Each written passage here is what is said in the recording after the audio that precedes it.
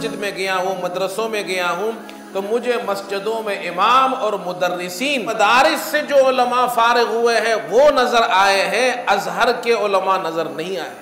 मैं भी यूरोप में जाता हूँ, देखता हूँ, तो मुझे नज़र आता है कि भाई बिनोरिया का कोई फारिग है, न्यू टाउन का फारिग है, जामिया फारूकिया का, दारुल्लूम का, अशरफिया का, वो नज़र आ जाते हैं। जी मैं वहाँ से फारिग हूँ, वहाँ से मैंने पढ़ा है।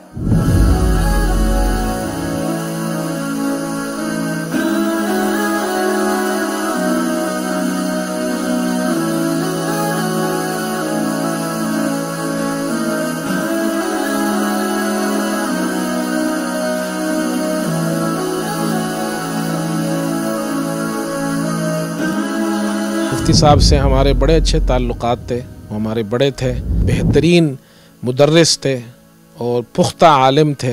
ये जानते थे कि हमें इस दौर के मुताबिक हमारे क्या तकाज़े हैं और हमें क्या काम करना चाहिए। जामिया बिनोरिया को तो मैं उस वक्त से जानता हूँ जब ये इमारतें नहीं थी, छोटी सी मस्जिद थी और चंद कमरे होते थे, यहाँ एक बड़ा सा खाली मैदान होता था। तो हम ये 80 की दहाई की बात कर रहा हूँ, हम यहाँ आया करते थे